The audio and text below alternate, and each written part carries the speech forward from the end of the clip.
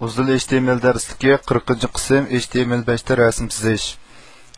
Bunun asosliq Canvas element orqali turbatda rasm chizishga bo'ldi. U asosliq JavaScriptdan foydalanib rasm chizdi.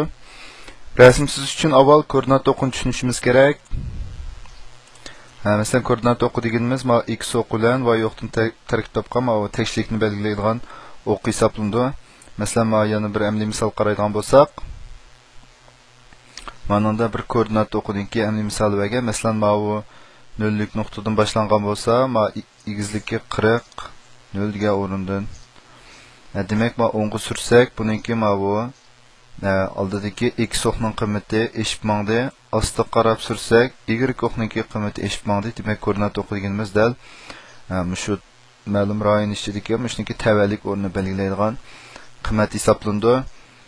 Anonki bu Canvasda chizilgan bir qancha rasm qaraydigan bo'lsak, masalan, bu bir bulon asl qilgan siziq. Buni chizish uchun masalan, holatdagi kod orqali JavaScriptda kod yozilgan bo'lsa, Canvasda holatda aniqlab berilgan.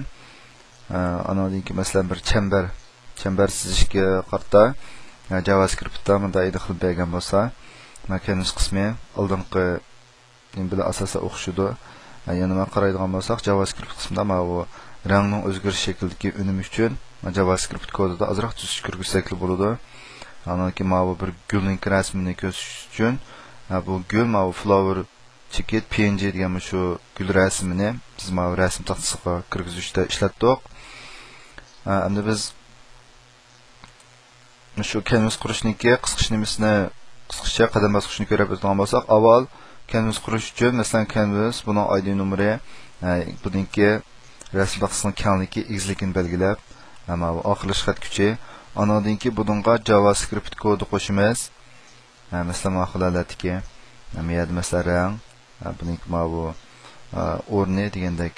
Anodinki ID orqali Canvas elementni izlaymiz. Masalan, var c document get element by id deb my canvas deb miyada Canvasga ID-ni bergan bo'lg'achqa, miyadagi ID nomeri bilan miyadagi bu JavaScriptda izlagan ikkisiniki ID nomeri o'xshash bo'lishi kerak. Andan keyin context obyektini quramiz. Masalan, var bo'shliq cxt tang c ticket get context bu tirnoq ichida, qo'sh tirnoq ichida 2d deyish orqali context obyektini quramiz. Andan keyin tövandagi kod cho'ng qizil ranglik tiktot bo'lonining asıllaydigan kodi, masalan, mayada ishlatgan kod shu, bu qizil rangga ifodani belgilasa, bu buningki egizlik bilan kengligi tiktot bo'loniki shu qiymatni ifodalaydi.